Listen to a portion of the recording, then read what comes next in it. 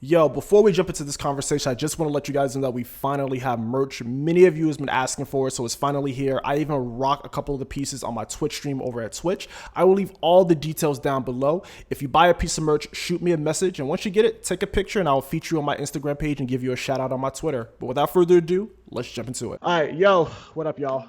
Olympus Gaming back again with another OG conversation. Today, I am joined by the homie Tomo. What up? What up? What up?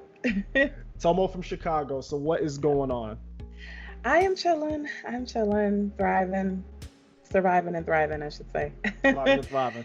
Yeah. How's the whole situation with COVID and mask wearing going down in Chicago? I usually like to ask people who come from other metro areas how their city is handling the whole pandemic. Yeah. Honestly, like our mayor, she's not playing games. I saw that.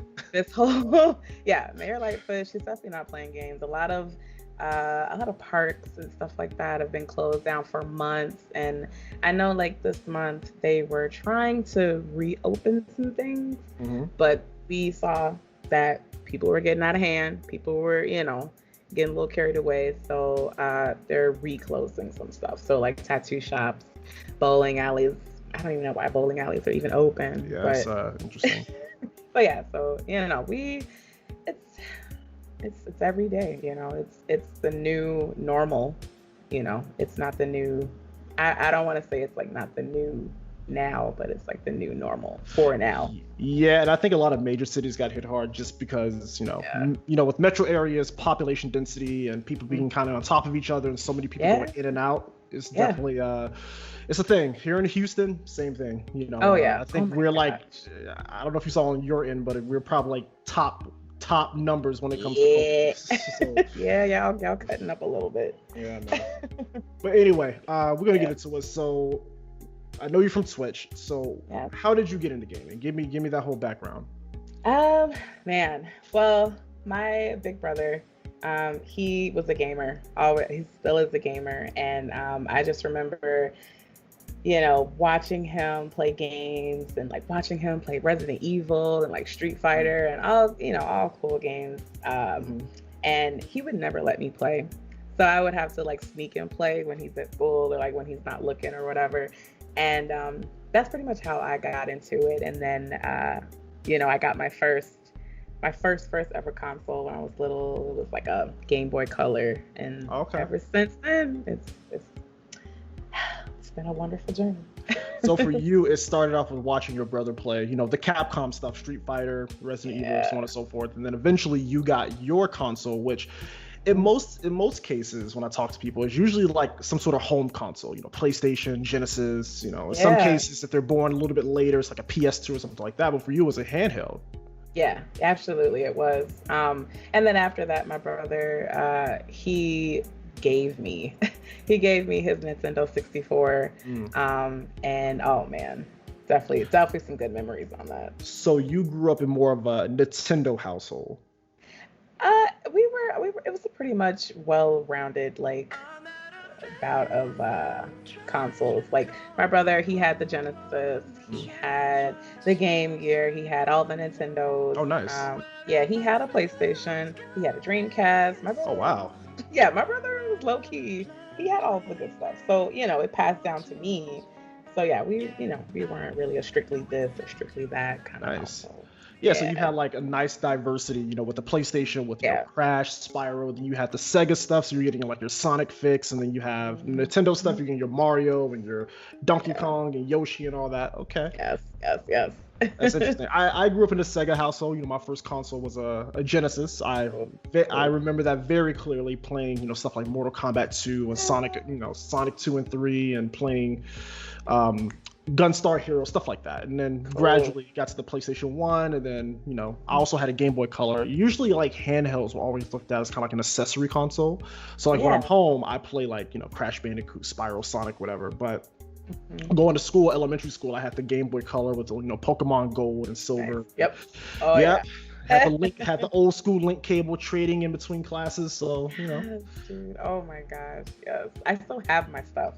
I have like my little light. I got the little link cable. I wish I still had it. I had the Pikachu edition. Like I wish I had. Oh, I still wish I had that. Yeah. See, I had the yellow one, but it wasn't like the Pikachu. It was just a normal like yellow Game Boy Color.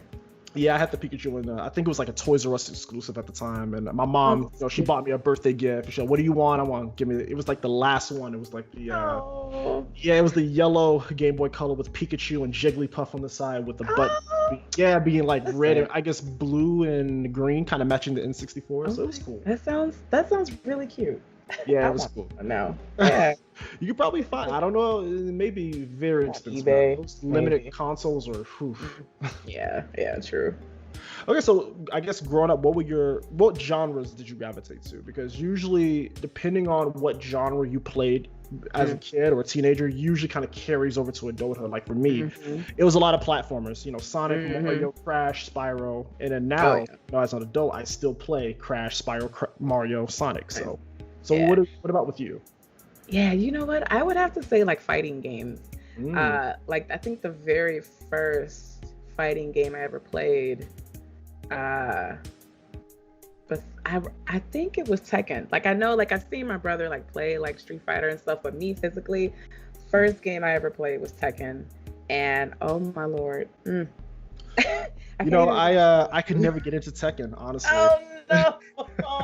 I know I have so many friends who tell me like, oh, you're missing out. You got to pick up Tekken 7. You got to try it out. For me, I always thought Tekken was way too technical. Like you had like the high punch, the mid punch, the low punch, the medium, the heavy, the light, and then you could combine them all. I was like, that's way too much. Yeah, dude, I always thought like Street Fighter and stuff was difficult because of that. I was like, no, you got too many combos and this. Yeah, but I mean, I got into Street Fighter a little bit later, but yeah. I don't think I got into fighting games until I want to say going into middle school, because that's back when arcades were still around. And I'm actually from Florida. I'm not born and raised in Houston, but I'm from Florida. So we had like a couple arcades in my home city that we had. One thing that really got me into fighting games was Marvel vs. Capcom. That was like, when I played that, like seeing like Spider-Man and Captain America fight Ryu and Ken was like so crazy to me. And that's kind of how I gravitated to like the Street Fighter, Capcom stuff. So later on I played Darkstalkers and Pocket Fighter and some of the Fatal Fury games and Bloody War eventually, so on and so forth. So fighting games are pretty fun. They are. They really, really are. And I don't know why, but Tekken, man, it took a hold of me as a young child. Like, I was into fan fictions. I was writing them. I was making fan art. Like, oh, wow. You was like deep in. I was deep in Tekken. I mean, now, yeah. Have you ever played competitively? You know what? No, I haven't. I actually never have. Because, I mean, I try not to, like, do the whole competing like tournament kind of thing. I really just kept it like for fun, you know. I've always like kept it like that. Plus, I mean, I'm good, but I don't think I'm like tournament good. Okay. Yeah. So you were born and raised in Chicago, right? Yes. Okay, Chi-Town. Chicago is always it's a very interesting city. I've been a couple times. You guys have amazing food, you know. I agree. Chicago deep dish pizza, you know, got the best hot dogs, you know, you got Harold's fried chicken, you know. Thank you. Thank you. Harold's, thank you. Yes. A lot of people don't know about that. I know. People are like, oh, Uncle Remus or oh, Coleman chicken. It's like, it's different tastes of chicken in different parts of Chicago. Like if you're from the South Side, okay, Harold's. If you're from the West Side, you got Uncle Remus and so on and so on. So, but definitely Harold's is the best one.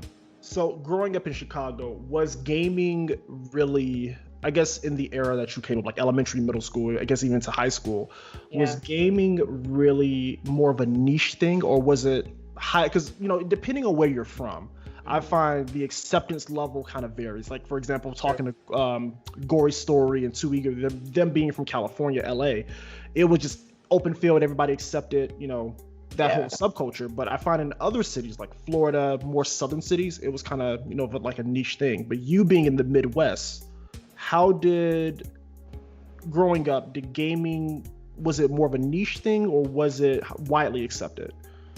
I feel like it was widely accepted because like growing up, I do remember like lots of like boys like my age and stuff talking about like I don't know Mega Man or whatever, you know. But as far as like me being a girl, they wouldn't really like have those conversations with me because they'd be like, "Oh, girls, blah," kind of thing. So it was accepted. It wasn't like a hidden thing. Now, anime on the other side, that I think that was a little bit more kind of like hidden, you know.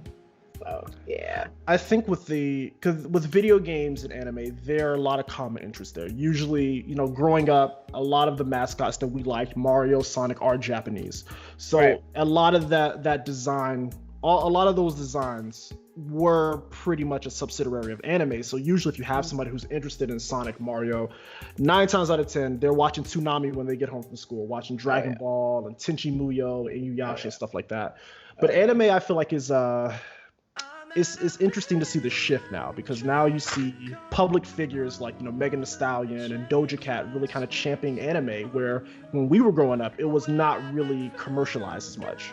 It really wasn't. That's really, really true. And I think like that's why a lot of fans are kind of not bitter, but they just kind of feel in a certain way about it, you know, because they were picked on for liking anime or, you know, I've definitely been picked on for like liking the weird stuff or whatever. And now it's seen as just, you know, everybody's into it, blah, blah, blah, you know. So, you know, it's kind of like a weird tingle in the heart. And you did touch on something that we were going to segue to, but since you mentioned it, I guess we can kind of go in. You say, you know, you had guys that you were around who would talk about, you know, Mega Man and Resident Evil and Devil May Cry and all these other games. But you being a female, they would refrain from having that conversation with you. Tell me a little bit about that. Yeah, it was really interesting. Like, I didn't really have like that many friends, honestly, when I was little anyway. But, you know, like the couple male friends that I did have, you know, they wouldn't really have a conversation with me, or like they would just be like, oh, you know, I bet you only play this or that or blah, blah, blah, you know, and I'm just like, why you gotta be like that? So they would just assume because you were a woman that you only liked certain things, and I think that still goes on today. But I don't think it's as prominent. It's still a problem, but I think back then it was definitely looked at as like, what you know about this? Exactly. Oh, your boyfriend must play this. Oh, you must have an older brother who plays. You don't know anything about that. Yeah, I mean, in a sense, like, yeah, I did have an older brother, but you know, he passed everything down to me. So like, I wouldn't know anything about video games if it was not for my brother, you know. So, but you know, I don't know. I wish people wouldn't be like that. You know, it's always interesting to see that, because me being, you know, a male, I really didn't experience that. You know, if anything, people would look at me, you know, and they would just assume I'm into video games. And yeah, I am. But you know, you being a woman, I guess people will kind of look at that as being, oh well, you're only saying that you're interested in this just so you can be around men, or you can just appeal. Yeah, I mean, it's just so lame, right? Things like that. Yes, very much so. It's very so lame. So. Yeah, it's isolating and it's I don't know. I wish people wouldn't be like that. So you know, like just because. Yeah, go ahead. I was gonna say just because like I like a certain genre of whatever, doesn't mean I'm trying to like hook up with some guy or whatever. Like, no, I just want to play my video games. I want to vibe out, do my own thing, you know. Yeah, that's very interesting. So I guess my question is, why do you think that the women into video games is such a taboo idea for a lot of men out there? Like, because I even, you know, growing up, I even noticed it, like, you know, with the image of a gamer girl, quote unquote. Hate that term, by the way. Yeah, no, me too. But usually when the conversation of, you know, women and being in video games is usually highly sexualized, or it's, you know, it's a fantasy for a lot of guys, or it's just something that's not really taken very seriously. And I always wonder, you know, where did that narrative come from? Because growing up, I had female friends who were really into gaming, and I never ever questioned their motives or never questioned why they were something. I would say, oh, cool, she likes video games. We found a common ground. Cool. But, exactly. But a lot of guys, they just when they either see or hear, you know, a woman into video games, Is the reaction is just mind-boggling. So in your opinion, what do you think is the cause of that? Like, what exactly in the gaming culture causes men to be this way? I think that in general, the gaming industry has always been predominantly male dominated. It really has. And that goes to like male developers or like um, popular like streamers, male streamers, just in general. Like it's been mostly male, and for them to find out that we like this stuff, I guess in a way they kind of feel threatened, like this is our domain. What do you know about this? Prove your prove your credentials. Did you play Sonic Battle blah blah blah blah blah? You know what I mean? Like and then that's when the mustiness happens, I see. Yeah. That's interesting, because I've also asked other female gamers who I've talked to about this, and they kind of have similar answers. Like it's more so men being threatened for their quote unquote safe space when gaming is supposed to be all inclusive. It is. And I think you hit on a good point with the underrepresentation of women in video games, because I always think back, growing up, like, we really didn't have a lot of lead female protagonists in video games. Usually, Sonic was male, Mario was male, Crash was male, Spyro was male, Dante from Devil May Cry male. I mean, Resident Evil had some female leads later on down the line for the most part. Tomb Raider, And that's an interesting point. So Tomb Raider, right? So the lead female protagonist of the 90s, arguably, was Lara Croft from Tomb Raider. But when you look at her design back then, it was highly sexualized. Yeah. Yes, she was super smart. She was very smart. I mean, if people actually played the game, they would know that, Lara Croft back then, she had brains. She wasn't just, it wasn't just physicality with her, but that is the only thing they advertised. So I think that narrative kind of got pushed upon a lot of adolescents male, and that was just the, overall image of female gamers. I see that. Yeah. I think that's really interesting in general, like when they design female protagonists, they definitely hypersexualize them, but or or when you're playing like certain games and like their armor is like little to nothing, but like a male armor is like all this extra like chain and all this stuff extra on it, stuff like like I have some characters in mind, actually. Yeah, exactly. Ivy from Soul Calibur, Morgan from Darkstalkers, even like the Dead or Alive series, which I am a fan of. I love Dead or Alive. Same. I know, but it's hypersexualized. Yeah, it is. Like when it comes to like hypersexualization in video games, honestly, I don't mind it because I'm the first one to pick those characters. I'm like, yep, I want to be the bad bitch with the big titties. Let's go. There you go. So I don't know. I don't see a problem with it, but at the same time, they make them such powerful, strong characters. Yeah. So I think it's a very good balance. Beauty, brains, brawn. Yeah. So now that we fast forward to today, 2020, with Twitch, YouTube, being such, powerhouses in our everyday lives, especially now in quarantine, with more and more women getting in front of their cameras on Twitch, YouTube, whatever streaming platform. What has been your experience with that? Because I talk to different, girls who are in video games, and the number one concern they always have is, I want to start streaming. Okay, cool, but I'm afraid to put myself out there because of all the harassment that goes on in these communities. So I'm going to ask you, being a Twitch streamer who has a pretty nice following, have you experienced any of this, or like, what has been your overall experience with putting yourself out there and being a female streamer on the platform? Overall, I've definitely had some bad moments. I've had some really, really encouraging moments.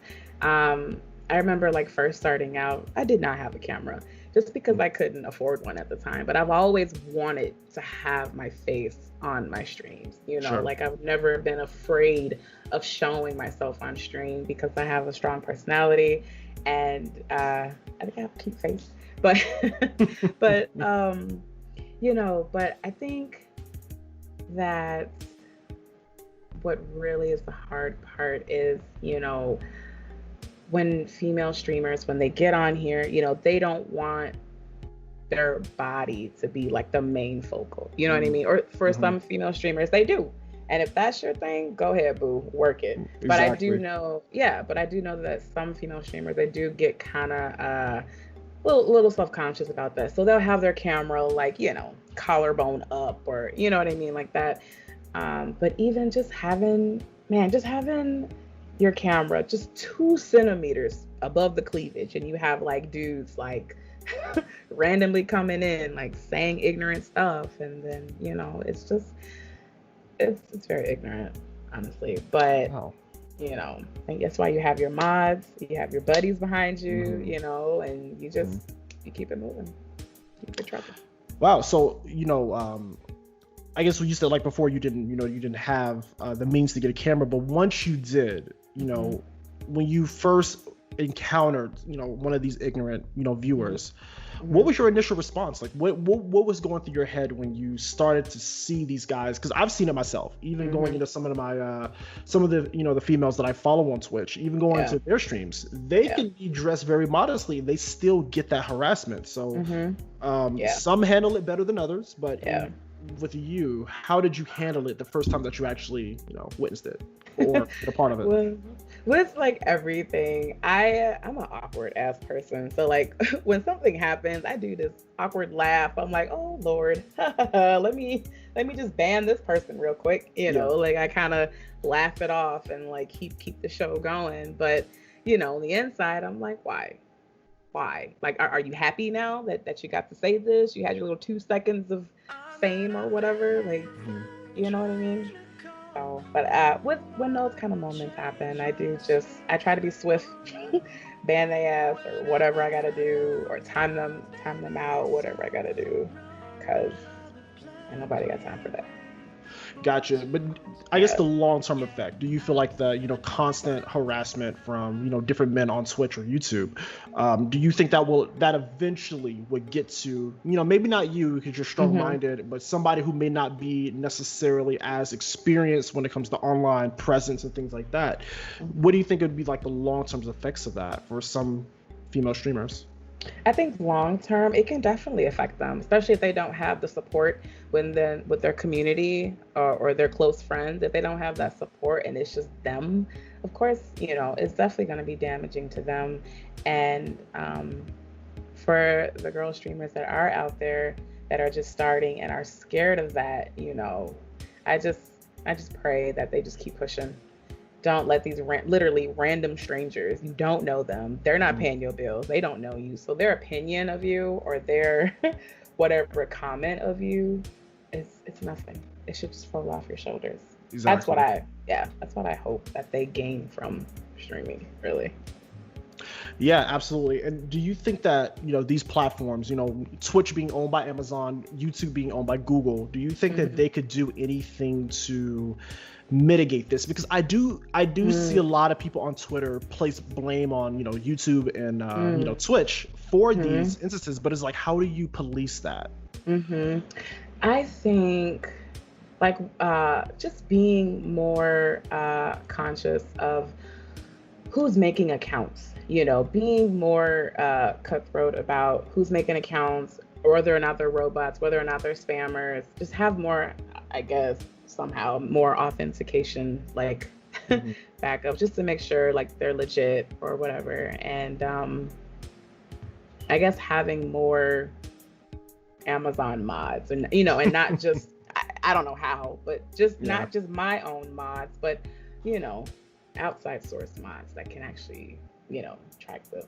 And I know like within like moderator settings on Twitch, you can definitely customize it so certain words are not allowed, certain phrases, stuff like that, which helps. But you never know what you're gonna get, honestly. Like I think the worst thing that's ever happened on stream, and it wasn't even about my body or anything like that. It was it was very, very recent, during the Black Lives Matter protests and everything. And someone followed me while I was streaming live, and their screen name was Black Lives Matter is a joke. And then literally like seconds later, they joined my Discord and they spammed my Discord with a whole bunch of racist crap. And everybody in my Discord got the notification, and it was live, so it was like a text-to-speech kind of notification. Right. So there was just a whole like text-to-speech of N-word. I'm like, oh my God, it was so embarrassing. Like so embarrassing. So like stuff like that, I feel like they could definitely, like, if somebody's making an account that says Black Lives Matter as a joke, they shouldn't be allowed to make a damn account. You know what I mean? Like Twitch should be like, no, that's not acceptable. Right. They couldn't, you know what I mean? Like, yeah. Wow. Okay. That was you're better than me. I probably would have just been like, shut everything down. Let me go find this person. Like, yo. Dude, I was so mortified. Oh my God. And ever since then, I really haven't trusted anybody who follows me now on Twitch. And I hate that, because I'm usually a very open and accepting and very warm person on Twitch. I still am a little bit, but if anybody with the slightest, stupidest screen name, I'm like, all right, who are you? What's going on for real?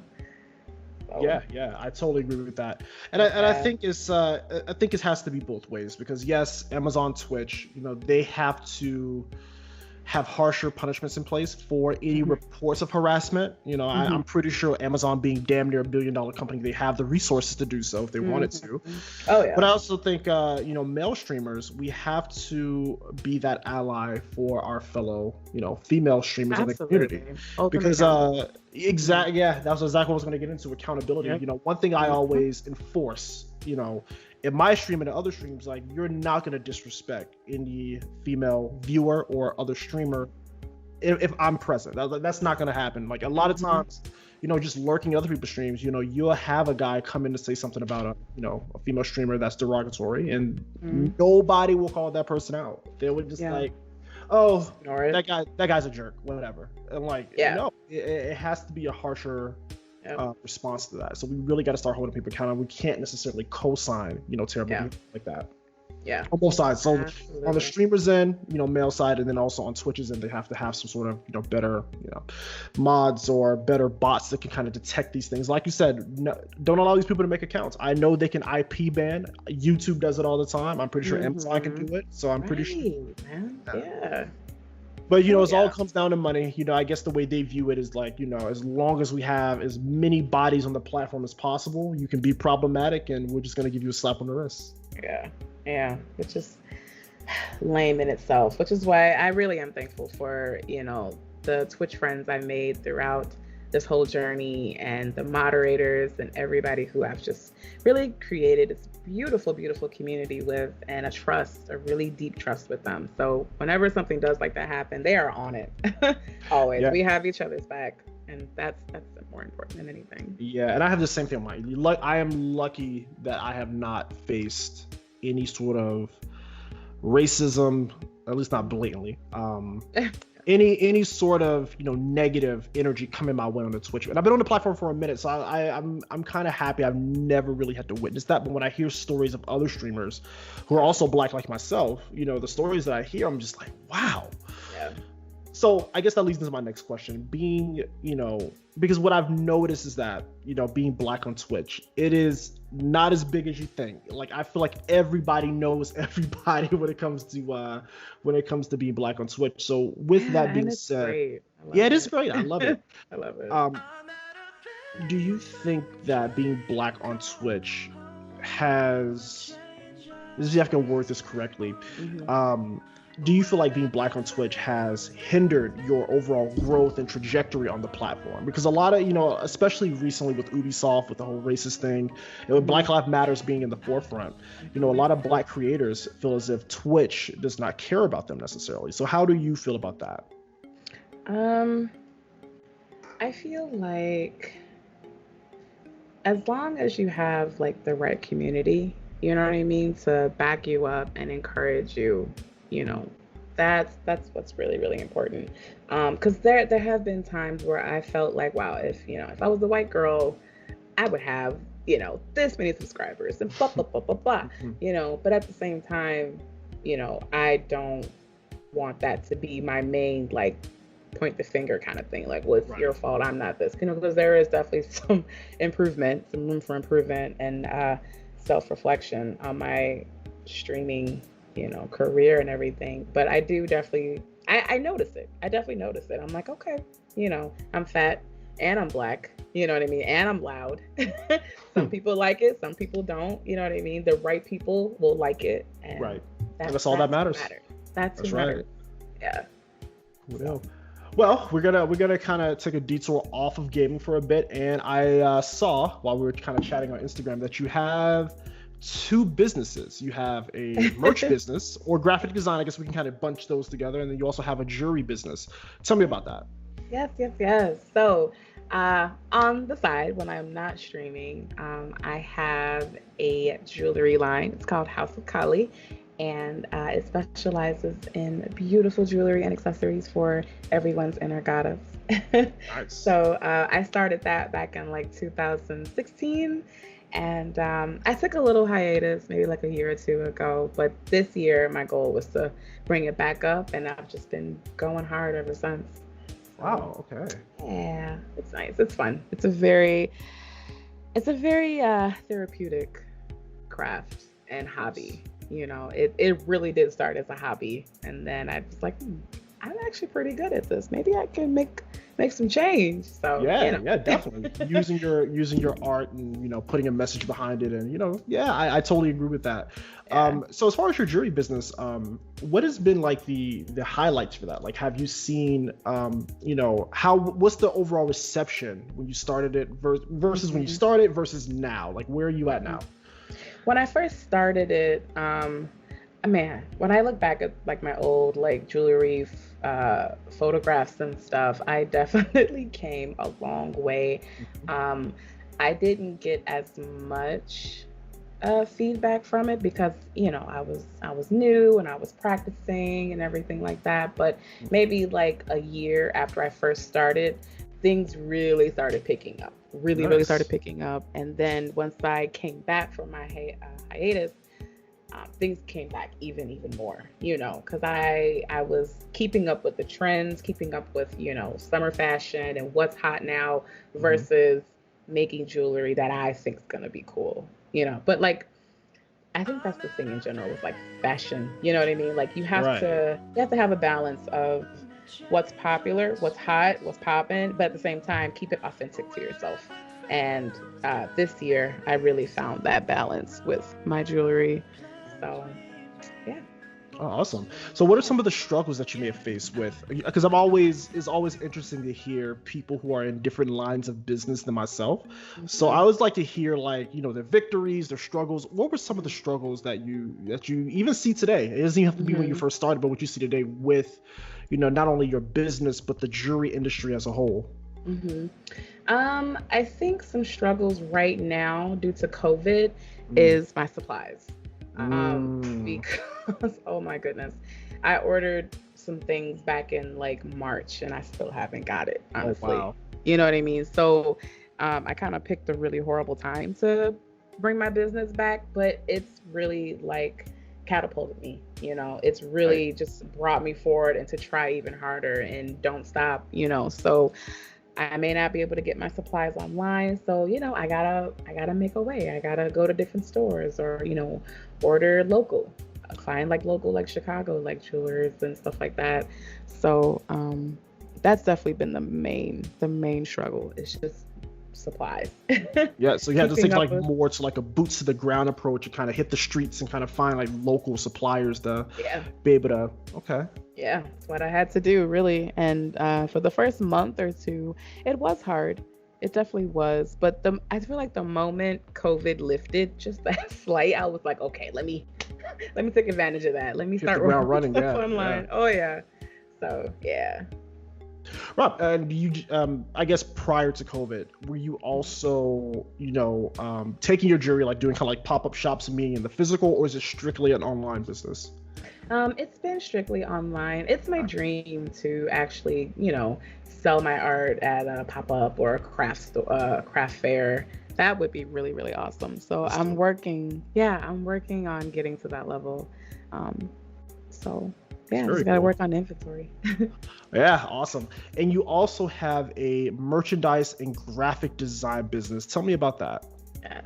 So um, earlier this year, I opened up a merch store for my alien babes for Twitch. It's at T Public, and so all of the graphic art that's on the merch, they're actually from my really really good graphic design friends. I have really really talented friends. I'm telling you, and they were able to take my little dinky of a sketch and see my vision and just absolutely make it beautiful. So yeah, T Public is where all of my merch is located. I have t-shirts and pillows. I have phone cases, stickers, whatever you name, I have it. Super dope, super dope. Yeah.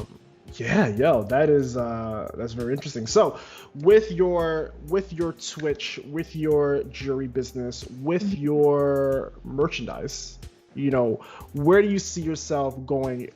Well, I guess my thing is I'm all about, crossing the lines of business. So, Mhm. do you use Twitch as a way to kind of guide people over to your jewelry and merchandise line, or do you use your jewelry business to guide people to your Twitch? How are you like cross merchandising that? I use my stream. I use my Twitch stream to kind of cross over into jewelry making. So every Tuesday, I have jewelry making Tuesdays. Like, well, we were supposed to have it yesterday, but we had it today. Where I just sit back, I make commissions or I make whatever I want to fill for my inventory. I talk to the chat. We watch a movie or we listen to music or whatever they want to do. And it's really a nice like time to just chat and vibe with the community and everything, as well as get some, orders out the way. So Yes. I like doing it that way, but I do still try to keep it separate. Like I don't advertise my Twitch on my jewelry, because that's not really related. But Right, right. you know what I mean? But like, I don't know. I kind of have a nice flow where I merge the streaming into the jewelry. So they know that I have other hobbies besides video games. And then if they're curious, oh, let me go check this out. So That's yeah. usually how it happens. Yeah, usually somebody Yeah. will find you on one platform and then, oh, I really like this person. Let me see what else they got going on. And then the next thing you know, Yeah. you have orders for your jewelry store, you have orders for Yeah. this, and people follow you on Twitter and go over here. Oh, you have a YouTube Yeah. channel, go over here. That's pretty Yeah. cool. It's pretty cool. Exactly. I guess I should have put this question in the front, but that's okay. How did you come up with the name Tomo? Oh. I'm gonna be saying that forever, yo. But yo, Tomo, how did that name come about? Where did that come from? So my real name is Tomasa, and I took Japanese class in high school, and my Japanese teacher, she just gave me the nickname Tomo or Tama-chan, and it's just Uh, it evolved to Tomo, and then yeah, I've been Tomo ever since. Japanese, huh? Yes, yes, I always told myself if I ever have the patience or the time to learn another language, Japanese would be number one. I guess with that, how deep are you into Japanese? Like, are you very fluent in it? Are you still Mm, kind of like playing around with it? Like, what's the yeah. Man, every time I think of this, I get so sad. But like, when I was younger, I was super fluent because I took it all 4 years of high school and I took it in college. I had the opportunity to go to Japan, but I didn't. Oh, Um, what?